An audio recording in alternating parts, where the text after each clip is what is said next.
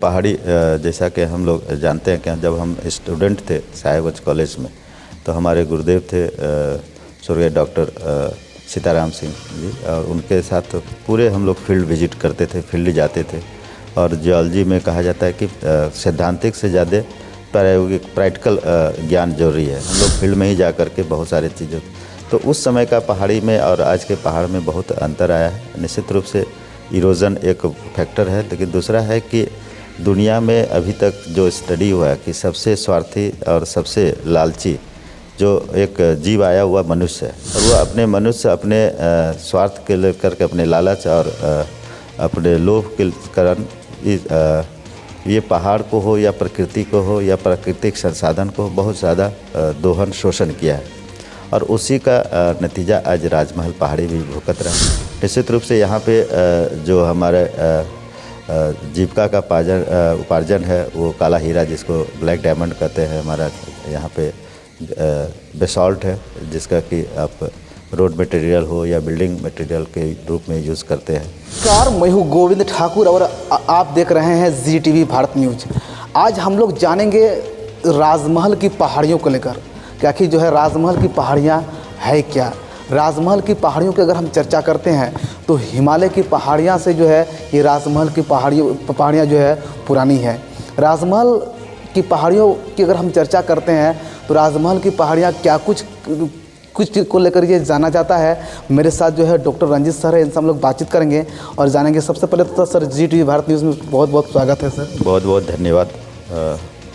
Sir हम लोग अगर राजमहल की पहाड़ियों का सर चर्चा करते हैं तो राजमहल की पहाड़ियों के बारे में सर काफ़ी सारा चीज़ हम लोगों ने सुना है कि राजमहल की पहाड़ियों पर सर चाहे वो जो है प्लांट जो है औषधि प्लांट हो या फिर जो अन्य काला हीरा के नाम से बहुत कुछ ऐसा चीज़ है। सर राजमहल की पहाड़ियों को सर हम लोग किस प्रकार समझेंगे? देखिए, राजमहल पहाड़ी जैसा कि हम लोग जानते हैं कि जब हम स्टूडेंट थे साहिबगंज कॉलेज में, तो हमारे गुरुदेव थे स्वर्गीय डॉक्टर सीताराम सिंह जी, और उनके साथ पूरे हम लोग फील्ड विजिट करते थे, फील्ड जाते थे। और जियोलॉजी में कहा जाता है कि सैद्धांतिक से ज़्यादा प्रायोगिक प्रैक्टिकल ज्ञान जरूरी है, और हम लोग फील्ड में ही जा कर के बहुत सारे चीज़ों, तो उस समय का पहाड़ी में और आज के पहाड़ में बहुत अंतर आया है। निश्चित रूप से इरोज़न एक फैक्टर है, लेकिन दूसरा है कि दुनिया में अभी तक जो स्टडी हुआ है कि सबसे स्वार्थी और सबसे लालची जो एक जीव आया हुआ मनुष्य है, और वह अपने मनुष्य अपने स्वार्थ के लेकर के अपने लालच और अपने लोभ के कारण ये पहाड़ को हो या प्रकृति को हो या प्राकृतिक संसाधन को बहुत ज़्यादा दोहन शोषण किया है, और उसी का नतीजा आज राजमहल पहाड़ी भी भुगत रहा है। निश्चित रूप से यहाँ पे जो हमारे जीविका का उपार्जन है वो काला हीरा, जिसको ब्लैक डायमंड कहते हैं, हमारा यहाँ पे बेसॉल्ट है, जिसका कि आप रोड मटेरियल हो या बिल्डिंग मटेरियल के रूप में यूज़ करते हैं। तो उसमें हमें मतलब एज ए जियोलॉजिस्ट बहुत बड़ा इशू नहीं है कि इंडस्ट्री लगनी चाहिए, होनी चाहिए, लेकिन वो एरिया कुछ डिफाइन होना चाहिए।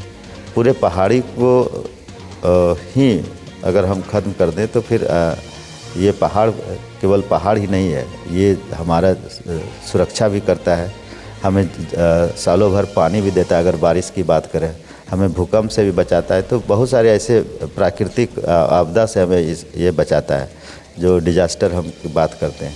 साथ ही साथ ये राजमहल पहाड़ी एक यूनिक है, जो पूरे दुनिया में एक राजमहल ही है जो कि नाम के प्लेस के नाम से जाना जाता है, राजमहल हिल्स।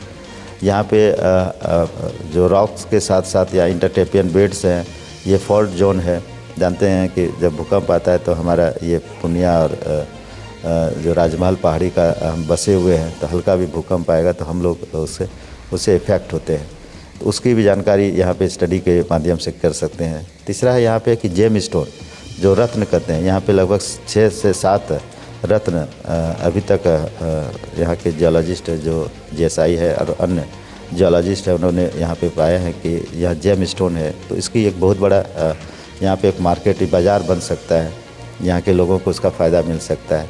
तीसरा है कि यहाँ पे जो प्राकृतिक हमारा चिकित्सा जो कि अब पूरी दुनिया इसकी ओर बढ़ रहा है, अब एलोपैथी से नेचुरोपैथी की ओर बढ़ रहे हैं लोग, तो उसके लेकर के एक मेडिटेशन की बात करते हैं। तो वो पहाड़ी और जंगल और पेड़ पौधे वो महत्वपूर्ण योगदान कर सकता है। तो यहाँ पे बहुत सारे असाध्य रोग का इलाज हम औषधीय पौधों से कर सकते हैं। तो यहाँ पे बहुत सारे ऐसे औषधीय पौधे हैं और इसको बचाने का सबसे बड़ा है कि इको टूरिज़्म हम करें, हम इको नो माइनिंग जोन के रूप में इसको डेवलप करें ताकि हमारा ये पहाड़ बच सके और हमारा जीवन भी बच सके। ये राजमहल पहाड़ी बचेगा तभी हमारा साहेबगंज या आसपास के क्षेत्र के लोग बचेंगे। लगभग 2900 किलोमीटर 2900 किलोमीटर वर्ग में पूरे फैला हुआ है। ये पूरे संथाल परगना के साथ साथ इधर हम वेस्ट बंगाल की तरफ जाए या बिहार की तरफ जाए, यहाँ तक ये हमारा राजमहल पहाड़ी फैला हुआ है। इसका एक्सटेंशन बहुत ज़्यादा है। यहाँ पे जॉलजिकल इवेंट्स बहुत ज़्यादा हैं। इसके इम्पोर्टेंस मतलब नहीं कथा अनंता वाला, तो वो स्थिति है कि इसकी कथा जितनी भी करें तो कम है। और प्रेजेंट की इज द पास्ट, तो ये हमारा जो पास्ट में क्या हुआ है वह प्रेजेंट ये हमारा एक चाबी है जिससे कि हम उससे ताला को खोल सकते हैं कि प्री हिस्ट्री में हमारा क्या हुआ था, पिलियो क्लाइमेट उस समय का क्या था।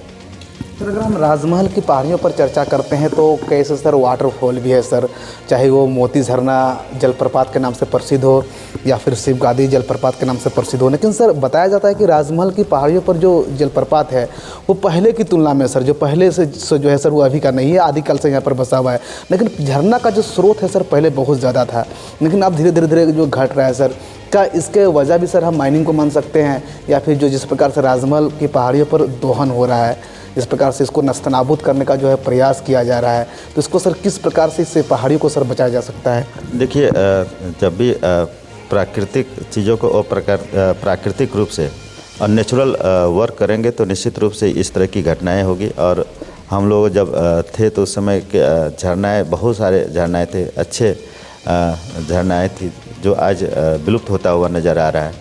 वो एक डिजास्टर की ओर हमें ले जा रहा है कि जल, कहा जाता है कि जल अगर नहीं है तो जीवन नहीं है। और जिस तरह से जल का दोहन मतलब स्रोतों का जो प्राकृतिक स्रोत हमारा था, जैसे कि कुआं हो गया, आपका झरना की बात करते हैं मोती झरना या अन्य बहुत सारे झरना यहाँ पे बोरियो हो, बरहेट में हो या अन्य जगहों पर झरनाएँ थी, वो धीरे धीरे समाप्त हो रहा है। तो वो कहीं न कहीं हमको लगता है कि रिलोकेट करने की ज़रूरत है। और सरकार को और जिला प्रशासन को, स्थानीय लोगों को ऐसे झरना को बचाने के लिए एक चिपको आंदोलन जिस तरह से चलाया गया था प्रकृति पहाड़ पेड़ को बचाने के लिए, उसी तरह से झरने को बचाने के लिए पहाड़ को बचाने के लिए और प्राकृतिक संसाधन को बचाने के लिए भी एक चिपको आंदोलन की ज़रूरत है, ताकि स्थानीय हमारे पहाड़िया जनजाति हो या आदिम जनजातीय हो या स्थानीय गरीब लोग हो, ताकि जिस तरह से पानी बोतलों में मिल रहा है तो एक समय ऐसा भी नहीं आए कि हम उस बोतल से भी वंचित हो जाएं। तो उसे पानी को घटना से बचने के लिए हमें खुद को जागरूक करना पड़ेगा और समाज को इसको आगे आना पड़ेगा। सरकार और शासन पे बहुत ज़्यादा हम डिपेंडेंट नहीं रहें, उस पर आश्रित ना रहें। खुद हमें परिश्रम दशरथ मांझी की तरह हमको भी अपने समस्याओं को लेकर के अभी से जागरूक होना पड़ेगा कि भविष्य बहुत जो आ रहा है वह निश्चित रूप से एक संकेत दे रहा है संभलने का। और हम जैसा आपको बता रहा हूँ कि मनुष्य जो है, वो मानव जो है, इस पृथ्वी का सबसे बड़ा जो कहा जाए तो इस प्रकृति को ख़त्म करने के पीछे लगा हुआ है। वह लोभ, लालच और लाभ को लेकर के हमेशा वह लालच में रहते हैं। अपने से ज़्यादा मतलब जितना ज़रूरत है उससे ज़्यादा उसका उपयोग या दोहन या शोषण करते हैं। इससे हमको बचना होगा और शासन के साथ साथ सरकार को भी इसको पहल करनी होगी कि जो प्राकृतिक संसाधन है उस पर कम से कम मनुष्य का हस्तक्षेप हो, सरकार का हस्तक्षेप हो और जिसको जो नेचुरल स्टेटस है, जो नेचुरल उसका जो अवस्था है, वो प्राकृतिक अवस्था को प्राकृतिक रूप में ही रहने दिया जाए। उसमें किसी तरह का कोई छेड़छाड़ नहीं किया जाए ताकि वह बचा रहे और जीवन भी उसी से बचेगा। कहा जाता है जहाँ भी जीव जंतु या पक्षी अधिक रहता है वहाँ का इकोसिस्टम, यहाँ का वातावरण अच्छे रहते हैं, हेल्दी होता है। आज जिस तरह से मनुष्य हो या मानव हो बीमार पड़ रहे हैं, स्वास्थ्य के प्रति लोगों का चिंताएं बढ़ रही है। आधा से अधिक पैसा अगर हम बात करें तो एक परिवार का स्वास्थ्य में और डॉक्टर और रोग में चला जाता है। तो उसका एक ही कारण है कि हम जलवायु अच्छा नहीं दे पा रहे हैं, वातावरण अच्छा नहीं दे पा रहे हैं, अच्छे जल नहीं पी पा रहे हैं और उसका एक कारण है कि हमारा पहाड़, हमारा नेचुरल जो रिसोर्स है, प्राकृतिक संसाधन पे कब्जा नहीं करना होगा। प्राकृतिक संसाधन का अनुशासित हम उपयोग करें, उपभोग करें, ताकि हमारा जीवन सुखमय रहे।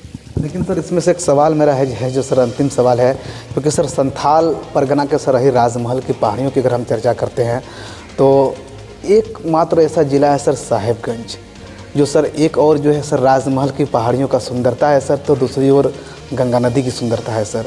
और जिस प्रकार से सर साहेबगंज में राजमहल की पहाड़ियों पर जो है दोहन हो रहा है सर, राजमहल की पहाड़ियों सर साहेबगंज से विलुप्त होने की कगार पर सर, या सर विलुप्त होते जा रहा है सर, इस पर सर क्या कहेंगे आप? निश्चित रूप से आपकी चिंताएं और बहुत कम लोग इस पर काम कर रहे हैं। तो हमको लगता है कि मीडिया बंधु को भी कि प्राकृतिक का एक मतलब कि हर दिन कुछ ना कुछ एक्टिविटीज़ हो, सरकार का हो या स्कूल में हो या कॉलेजेस में, तो हमेशा किसी भी दिन एक पेड़ या कोई भी प्राकृतिक बच्चों से एक संवाद करता हूं, और ये बहुत ही ज़रूरी है। गंगा जैसा कि हम जानते हैं कि जीवनदायिनी है। आज पूरा महाकुंभ आप देख रहे हैं कि करोड़ों लोग वहाँ पे स्नान किया, डुबकी लगाए। वहीं पर एक हमारा एक सभ्यता के साथ साथ वहाँ पे जीवन का आधार भी हमारा गंगा है, माँ गंगा है। वहाँ पे हम आज के अगर परिवेश में बात करें तो लाइवलीहुड से जोड़ा जा सकता है उसको। जो जलीय जीव है वो आज विलुप्त होते हुए नज़र आ रहे हैं। तो वो क्या कारण है? उसका एक ही कारण है कि हम पूरे नमामि गंगे के माध्यम से बहुत सारे कार्यक्रम चलाए जा रहे हैं, लेकिन आज भी लोग अवेयर नहीं है, वह जागरूक नहीं है। सरकार शासन के द्वारा प्रतिदिन कुछ न कुछ अवेयरनेस कार्यक्रम होता है, तो वो विलुप्त होने का मेन कारण है कि हम जो सिटीजन है, हम जो नागरिक हैं, एक जिम्मेवार नागरिक नहीं बनते हैं। वहाँ पे कूड़ा करकट, शौचालय, पॉलीथीन, प्लास्टिक, थर्मोकोल और घर का जितना गंदे कपड़े हैं वो हम गंगा में धोते हैं। तो इससे वहाँ का बैक्टीरिया, जानते हैं हम लोग कि बैक्टीरिया वहाँ पे ज़्यादा से ज़्यादा होने के कारण, साहेबगंज का तो मैं बात अगर करूँ, साहेबगंज ज़िले की, साहेबगंज प्रॉपर साहेबगंज का, तो वहाँ तो गंगा शिफ्ट कर रही है। गंगा पूरा काला गंगा, मतलब अचमन लायक भी नहीं है। हम लोग गंगा आरती कराते हैं, बट वो केवल आरती तक ही सीमित हो जाता है। भावनात्मक तो लगाव बढ़ते हैं, लेकिन गंगा का जो मूल स्वरूप है वो केवल राजमहल में ही हमको अभी दिखने को मिल रहा है। वह दिन भी हम लोग आशा करें कि जल्द से आए, लोग जागरूक हों और माँ गंगा फिर से हमारे साहेबगंज से होकर के गुजरे मुक्तेश्वर धाम घाट से।